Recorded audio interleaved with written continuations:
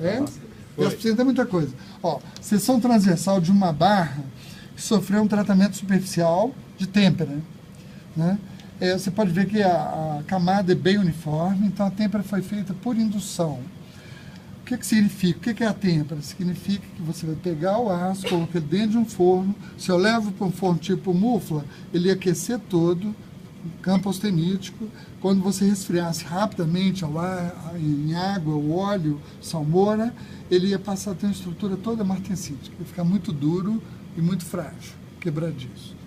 Nesse caso, o que eles fizeram? Para ter uma estrutura mais tenaz no material, então, eles temperaram só a superfície. De que maneira? Forno de indução, a massa dele é nula, é um tubo de cobre, através do qual ele passa água dentro do tubo e corrente elétrica na superfície. Se você liga esse tubo na rede, corrente alternada, 60 Hz. Então, ela se inverte 60 vezes por segundo. Se você coloca uma fonte que aumenta essa frequência para 3.000, 4.000, 5.000, 6.000 Hz, você constitui o que a gente chama de forno de indução. Porque internamente você gera um campo magnético que vai se inverter na frequência da rede. Como a frequência é muito alta, né, ele começa a inverter muito rapidamente e ele gera correntes parasita na superfície, da superfície para o centro. Essas correntes são chamadas correntes de Foucault, Foucault, né, como aquele, e elas aquecem a superfície numa velocidade tal, numa taxa tão elevada, que elas podem fundir a superfície e deixar o núcleo sólido. E aí você pode definir qual o tempo que você quer de permanência no forno para ter uma camada com espessura ou outra. Então, a superfície, campo austenítico, e a parte interna dele fica abaixo da temperatura de transformação. Quando você resfria bruscamente, a superfície é martensítica, aula de hoje, e o núcleo é ferrítico-perlítico. Tá? Isso confere ao material uma maior tenacidade, um núcleo dúctil e a superfície mais dura. Ok? Peça 2. Também uma outra peça com a têmpera superficial de... só que nesse caso não foi feito por indução. Isso aqui é um trecho de um trilho. Quem tem uma caneta, um lápis aí rápido para me emprestar? Alguém tem? O trilho, na verdade, ele tem esse aspecto. Olha, o trilho inteiro, ele é assim. Ó.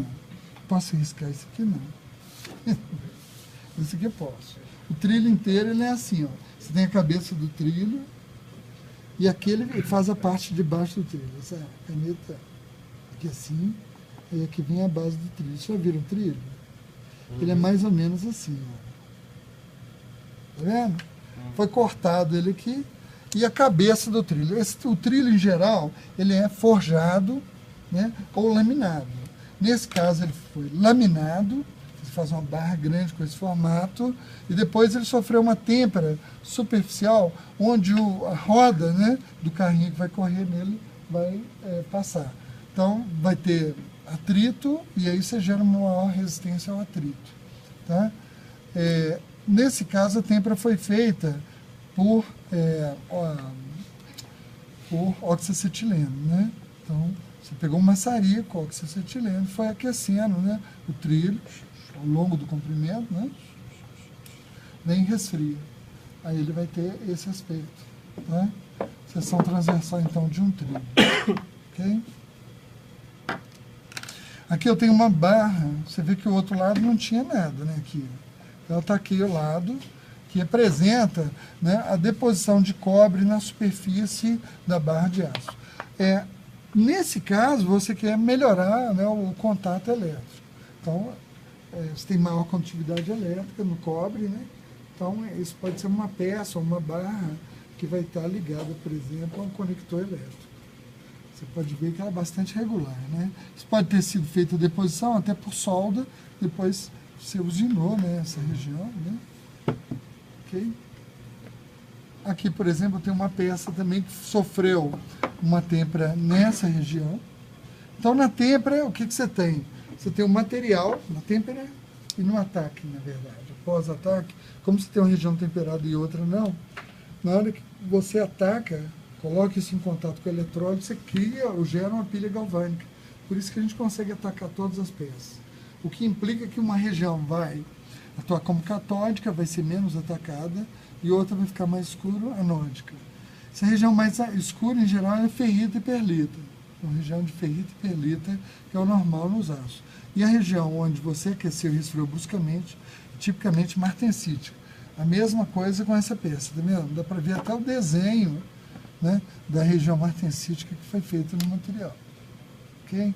Então, essas são têmperas por têmperas superficiais. Nesse caso, com maçarico. Tá? Como nesse caso aqui, ó, que nós não fizemos, isso aqui são alguns dentes, é um trecho de uma cremalheira. A cremalheira, ela é usada para dar movimento, portão eletrônico, aquele trenzinho que sobe a serra lá na Suíça, né? Ele chega, uma engrenagem acopla, né, nessa cremalheira que fica lá no meio do trilho, e aí ele começa a se movimentar através desse contato, né, da engrenagem com a cremalheira. Então tem uma região que foi temperada superficialmente. A mesma coisa nesse caso, só que aqui para outra função. Talvez uma sapata de uma peça, né, onde vai ter muito atrito aqui, e ela foi então endurecida. Legal isso, né? Aqui, por exemplo, tem um problema de preparação de amostra.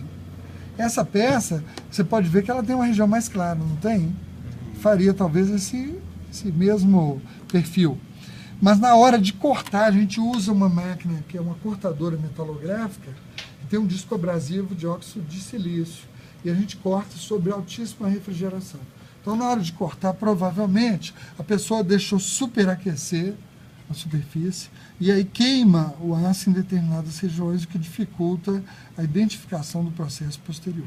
Então, isso é um erro de preparação. Aqui eu tenho um negócio muito legal, olha. Essa é uma peça, né, que sofreu também uma deposição, né, de um metal, um aço inoxidável, sobre um aço comum. Muitas vezes essa deposição é feita por soldagem, então você vai depositando camadas, né, lâminas de aço inoxidável sobre a superfície do aço, e aí depois você pode vir fazer uma usinagem. Nesse caso você pretende ou quer, né, uma alta resistência à oxidação, né, mas por outro lado, se você fizesse todo o recipiente de aço inoxidável, ele ficaria muito caro. Então você faz a superfície dele, uma superfície de uma espessura maior de aço comum, e deposita aço inoxidável só no contato que você vai ter, por exemplo, com alimento ou com o ambiente oxidante, corrosivo ou o que for. Muitas vezes essa deposição também é feita por solda por explosão. Então, quando é feito com solda por explosão, você tem a chapa, vem com aço inoxidável, coloca ele um pouco inclinado, coloca um amortecedor explosivo em cima e detona aquilo dentro de uma câmara, né? Lá na casa do Caixa Prego. Deixa aquilo lá. Pra você ter uma ideia, o processo é tão complexo que quando vai explodir, né, para fazer a soldagem por explosão, né, não pode nem estar passando avião ali na região. Tem que ter autorização para fazer. Porque essa câmara, pode ocorrer um acidente, né, e mandar essa tampa lá para a cochitinha. O avião está passando em cima, uma tampada dentro, no chão. Né? Não é verdade? Provavelmente. Ainda mais lá, né? Agora você vê que coisa estranha, né? Quer dizer, se fosse como foi aqui no Brasil, todo mundo meteu a riba, falou, o mundo inteiro falou e tal. Mas lá na Malásia está todo mundo ouvindo calado. Eles nem notícia dão para as famílias. Eles não sabem nem onde está o avião. Né? Ficam lá especulando que está na Austrália, na costa da Austrália, para meio de embromar. Mas parece que a caixa preta só tem mais 15 dias de bateria, né? Então você vê, né? Legal. Uhum. Daqui 16 dias eles descobrem. Né? Porque eu não sei. Ô, Bia, Oi. e jogar metal derretido em cima do metal só? Pode ser, aí você faz uma brasagem. Você vai fazer uma brasagem. Aí é aquilo que eu te falei, né? O seu trabalho, já que é meu trabalho, nós vamos fazer um procedimento, né, bem coerente e tal, para a gente identificar. Você vai ver que tem tudo a ver. Porque por enquanto você está assim, como é que eu sei que ele é o Redfield, se é ou não é, entendeu? Então nós vamos analisar ele antes e depois, fazer ensaios de dureza. Se ele for o Redfield, após iniciar o trabalho, ele vai encruar, ele vai endurecer. Nós vamos fazer um perfil ao longo do comprimento para ver se a superfície está mais dura. Depois a gente pode fazer uma micrografia para ver se ele tem algum composto manganês, etc. Fazer um negócio decente, né? E de gente grande. Aqui eu tenho um processo de soldagem por eletrodo revestido. É um cordão de solda foi depositado, né, em cima de uma barra, e a região que a gente vê mais escura é o que a gente chama de ZTA, zona termicamente afetada, tá? Na ZTA, provavelmente você pode ter até a presença de martensita, né? Se o material for lá no campo austenítico, nessa região, a temperatura é alta, um pequeno trecho, e depois, como tem muito metal de base, frio, ele rouba calor muito rápido, pode produzir martensita. Isso é um problema sério, porque quando numa solda você produz martensita na ZTA, você tem que aliviar tensões através do reverimento. Porque senão fica tão frágil que você pode até soldar. Aí bater em algum lugar, ele quebra. Reverimento? Reverimento. Isso aí, reverimento. Né? Reverimento é você pegar uma peça que foi temperada, você reaquece em temperaturas abaixo da crítica, mantém um tempo só para aliviar tensões internas. Aí o material abaixa a dureza, mas por outro lado você ganha em tenacidade, né? Ok? Tá bom. E agora isso aqui é... Oi? Nada? Acabou. Acabou.